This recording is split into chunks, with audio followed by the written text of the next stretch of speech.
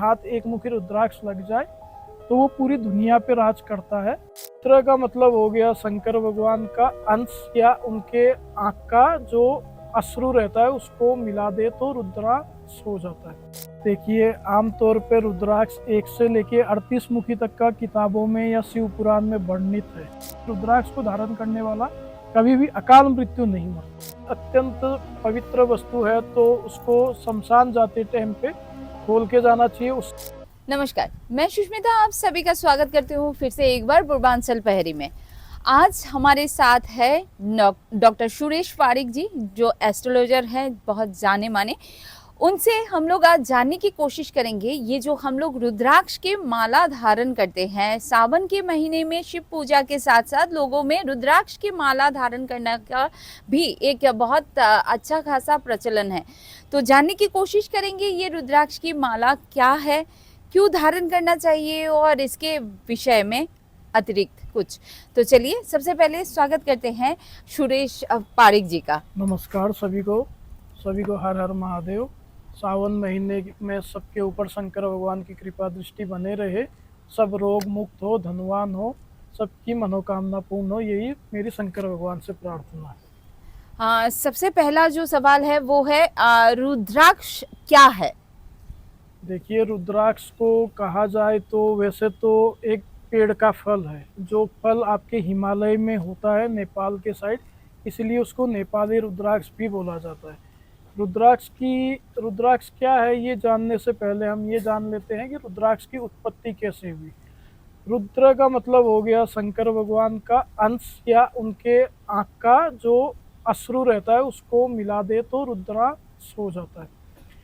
शंकर भगवान आदि योगी है, वो जब ध्यान साधना में गहन में बहुत हजारों वर्षों तक बैठे रहे, तब जब दुनिया की सृष्टि उत्पत्ति नहीं हुई थी, तब ब्रह्मा जी और विष्णु जी ने सोचा था कि ये शंकर भगवान अभी है न, ये चले गए न, इन्होंने अपनी आत्मा शरीर त्याग दिया। तो उन्होंने अपने जीवित रहने का प्रमाण इस प्रकार दिया कि उन्होंने ध्यान में बैठे बैठे अपनी आंखें खोले बिना आंसुओं की धार छोड़ी, आंखों से उनके जो जल या अश्रु गिरा उसी से रुद्राक्ष की उत्पत्ति हुई। वो अश्रु जहाँ जहाँ गिरा वो ज़्यादातर हिमालय में गिरा, तो उससे ही उस वहाँ एक पेड़ की उत्पत्ति हुई, उस पेड़ को ही हम रुद्राक्ष बोलते हैं।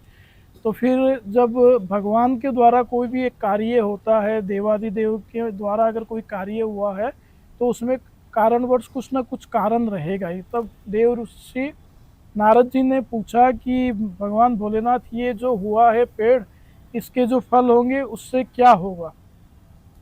तब शंकर भगवान ने कहा कि ये मानव जीवन का को सार्थक बनाने के लिए, मानव जीवन का कल्याण करने के लिए ये रुद्राक्ष फल के नाम से जाना जाएगा। जो इसको धारण करेगा उसको मेरी विशेष कृपा दृष्टि, धन, मान, प्रतिष्ठा, यश, कीर्ति, हर प्रकार की मनोकामना पूर्ण होगी और कई रोगों से उसको मुक्ति मिलेगी। तब नारद जी ने इसी बात पे एक प्रश्न पूछा कि महाराज, आगे कलयुग के लोग इतने शातिर और इतने ही अपने माने कर्म में बेईमानी रखने वाले होंगे, तो इसकी डुप्लीकेट बना देंगे या ऐसा और कोई कुछ निकाल देंगे। तब शंकर भगवान ने कहा कि रुद्राक्ष को मैं इतना अवेलेबल या इतना उत्पत्ति कर दूंगा कि इसको डुप्लीकेट बनाने कोई अगर जाएगा तो उसका खर्चा ज़्यादा आएगा, तो इसकी डुप्लीकेसी ही नहीं होगी। ये बात विशेषतया 5 मुखी रुद्राक्ष के साथ ही लगती है।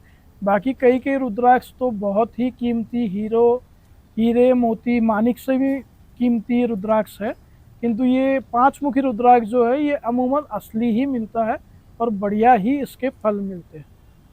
रुद्राक्ष कितने प्रकार के होते हैं और कौन सी रुद्राक्ष के लिए मतलब कौन सी रुद्राक्ष की क्या व्यवहार क्या है? देखिए आमतौर पर रुद्राक्ष 1 से लेके 38 मुखी तक का किताबों में या शिव पुराण में वर्णित है, किंतु 1 से 38 मुखी तक के तो मिल पाना बहुत ही दुर्लभ है या नहीं है, किंतु आमतौर पे 1 से लेके 21 मुखी तक के रुद्राक्ष तो पाए जाते हैं। किंतु उसमें भी एक चीज़ है कि आजकल एक मुखी रुद्राक्ष के नाम पे बहुत ही सारी वेबसाइटों पे बहुत सारे व्यवसायिक अपना एक नकली ही कुछ बना के भद्राक्ष को बेच रहे हैं।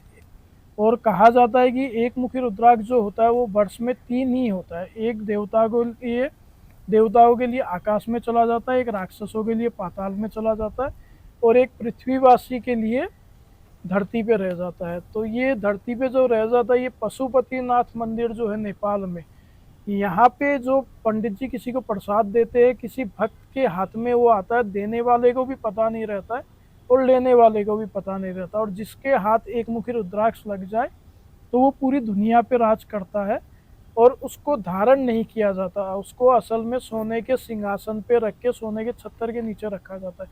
वो साक्षात शिव का ही अंश, शिव की ही मूर्ति या शिव का ही अंश उसको माना जाता है।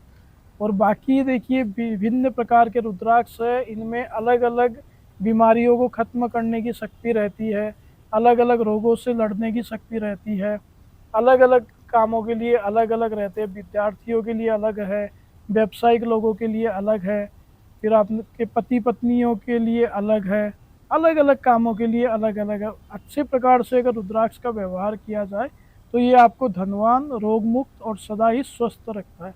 और रुद्राक्ष की एक विशेष कृपा ये है होती है कि रुद्राक्ष को धारण करने वाला कभी भी अकाल मृत्यु नहीं मरता है।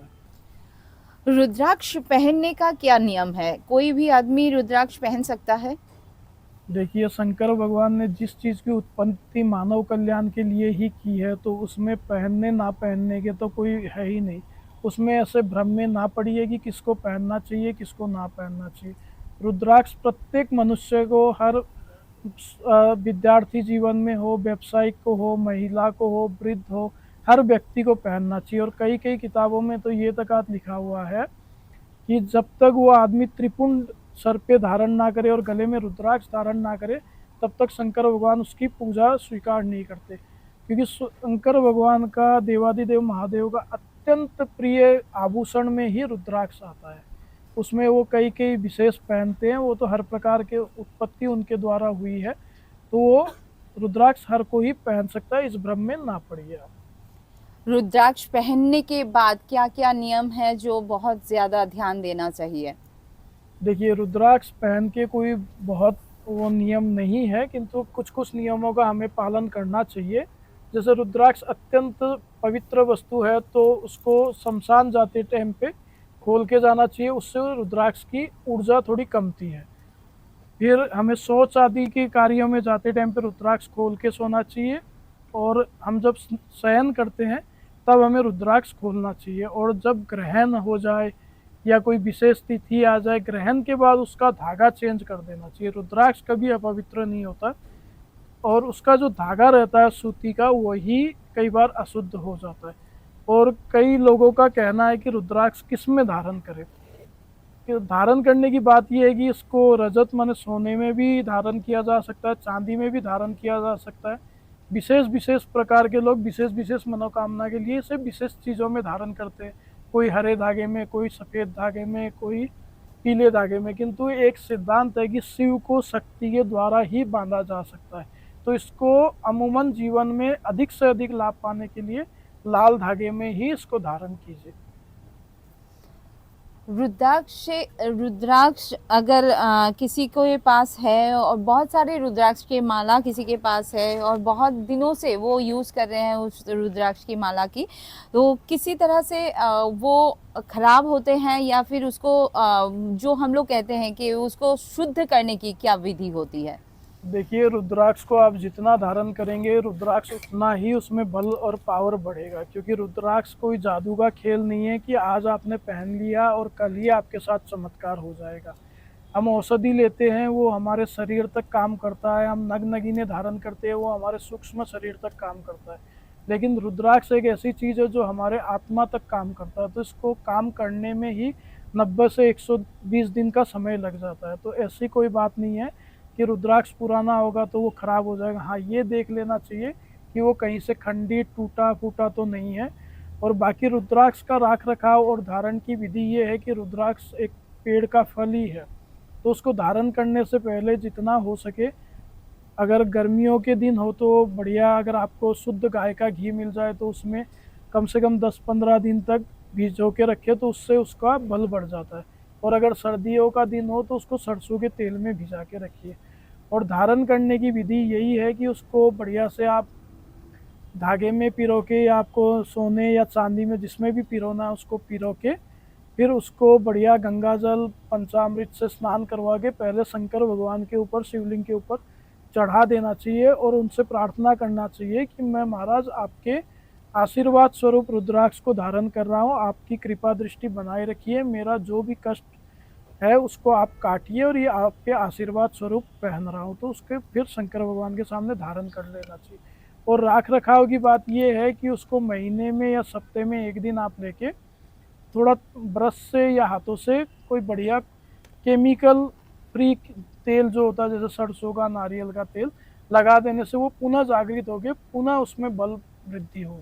और एक आखिरी सवाल, ये सावन का महीना चल रहा है और सावन के महीने में हम लोग भोलेनाथ की पूजा ज़रूर करते हैं, तो भोलेनाथ की पूजा करते हुए सावन के महीने में अगर रुद्राक्ष धारण किया जाए तो उसका कुछ स्पेशल फल मिलता है, कुछ अलग से उसका वरदान आते हैं?